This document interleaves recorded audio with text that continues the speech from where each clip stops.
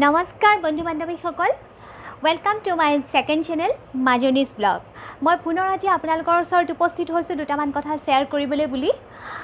Corona ভাইৰাছে যিটো গোটেই পৃথিৱীখন ছানি ধৰিছে, আমাৰ সকলোৰে ওপৰত তেনেকৈ অত্যাচাৰ কৰিছে, সেই লৈ এটা কথা মনত চিন্তাৰ উদয় হৈছে আৰু সেইটোকে মই শ্বেয়াৰ কৰিব বিচাৰিছোঁ।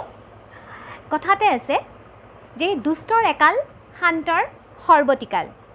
ইয়াৰ পৰা বুজায় যে কৰোণা ভাইৰাছে আমাক ইমান অত্যাচাৰ কৰিছে, গোটেই পৃথিৱীখনক ছানি ধৰিছে, কিমান পৰিয়ালত অশান্তি হৈছে, কিমান পৰিয়ালৰ পৰা কিমান মানুহ মৃত্যুমুখত পৰিছে আৰু কিমানে জীয়াতু ভুগি আছে, আমি সকলোৱে দেখিছোঁ, আমি সকলোৱে শুনিছোঁ। গতিকে কৰোণা ভাইৰাছ এতিয়া আমাৰ ওচৰত দুষ্ট।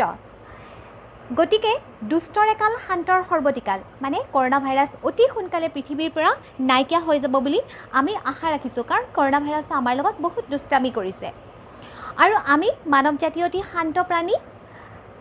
গতিকে আমি পৃথিৱীত আগৰ নিচিনাই স্বাভাৱিক জীৱন যাপন কৰিবলৈ সমৰ্থ হ'ম। সেয়েহে মোৰ মনত এটা প্ৰশ্ন হৈছে, যদি কৰোণা ভাইৰাছ দুষ্ট হয়, আমি মানৱ জাতি যদি শান্ত হওঁ, কৰোণা ভাইৰাছ নাইকিয়া হ'ব ঠিকেই, অতি সোনকালেই। কিন্তু আমি যদি নিজেই এই পৃথিৱীখনত কৰোণা ভাইৰাছৰ দৰে আকৌ আমি সংহাৰী ৰূপ লওঁ, তেতিয়াহ'লে কি হ'ব? আমিও কি এদিন পৃথিৱীৰ পৰা নাইকিয়া হৈ যাম? আমিও কি পৃথিৱীৰ পৰা বিলুপ্ত হৈ যাম? কথাটো কিছু চিন্তা কৰিবলগীয়া বিষয় যে আমি মানৱ জাতিয়ে আজি বহু যুগ ধৰি আমি পৃথিৱীত ধ্বংসযজ্ঞ চলাই আহিছোঁ, জীৱকুলক আমি অত্যাচাৰ কৰি আহিছোঁ, গছ গছনি ধ্বংস কৰি আহিছোঁ, পাহাৰ পৰ্বত নদী আমি সকলো নাইকিয়া কৰি দিবলৈ ধৰিছোঁ।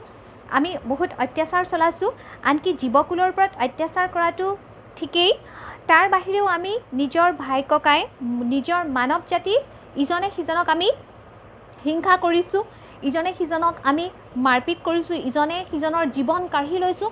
আমি বহুত অত্যাচাৰ পৃথিৱীখনত জীৱকুলত কৰি আহিছোঁ মানৱ জাতিয়ে। তেন্তে সেইটো প্ৰশ্নই মনত উদয় হৈছে যে আমি যদি কৰোণা ভাইৰাছৰ নিচিনা আমি এনেকৈ দুষ্টামি কৰিবলৈ কৰি থাকোঁ, ভৱিষ্যতে আমি এদিন পৃথিৱীৰ পৰা নাইকিয়া হৈ যাম নেকি? অলপতে মই এটা কবিতা লিখিছিলোঁ, ইউটিউবত দিছিলোঁ, যদিও ভিউ হোৱা নাছিলে। কবিতাটোৰ নাম আছিলে অন্তিম সংকেত। মই ইয়াতে এটা কল্পনা কৰিছিলোঁ যে প্ৰকৃতিয়ে মানৱ জাতিক এটা পৰীক্ষা লৈছে, প্ৰকৃতিয়ে মানৱ জাতিক এটা অন্তিম সংকেত দিছে যে তোমালোকে পৃথিৱীৰ মংগলৰ হকে, জীৱকুলৰ মংগলৰ হকে কাম কৰা।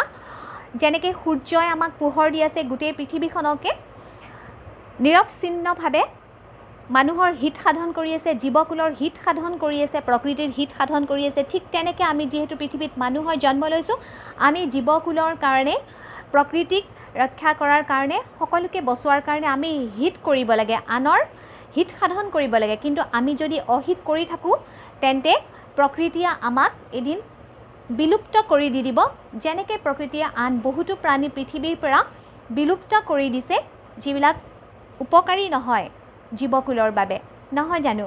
ঠিক তেনেকৈ মই কথাটো ভাবিছোঁ আৰু আপোনালোককো ভাবিবলৈ দিছোঁ। আৰু আজি আৰু মই বিশেষ নকওঁ। ইউটিউবত যদি চাই আছে আপোনালোকে, তেনে ইউটিউবৰ কমেণ্ট বক্সত বা ফেচবুক যদি চাই আছে, ফেচবুকৰ কমেণ্ট বক্সত নিশ্চয় কমেণ্ট কৰিব আৰু তাৰ পৰা আমি হয়তো আৰু ফাৰ্ডাৰ আলোচনা কৰিব পাৰিম। আৰু শেষত আপোনালোক সকলোলৈ মই সকলোৰে সুস্বাস্থ্য কামনা কৰিছোঁ আৰু সকলোৰে বাবে প্ৰাৰ্থনা জনাইছোঁ আপোনালোক সকলোৱে যেন স্বাভাৱিক জীৱন অতি সোনকালেই জীৱন যাপন কৰিব পাৰে, সকলোৰে যেন পুনৰ শান্তি ঘূৰি আহে, তাৰ বাবে মই ঈশ্বৰৰ ওচৰত প্ৰাৰ্থনা জনাইছোঁ আৰু আপোনালোকক শুভেচ্ছা জনাইছোঁ। আৰু মই মাজনী ব্লগৰ পৰা আজি লৈ বিদায় মাগিছোঁ। নমস্কাৰ, ধন্যবাদ।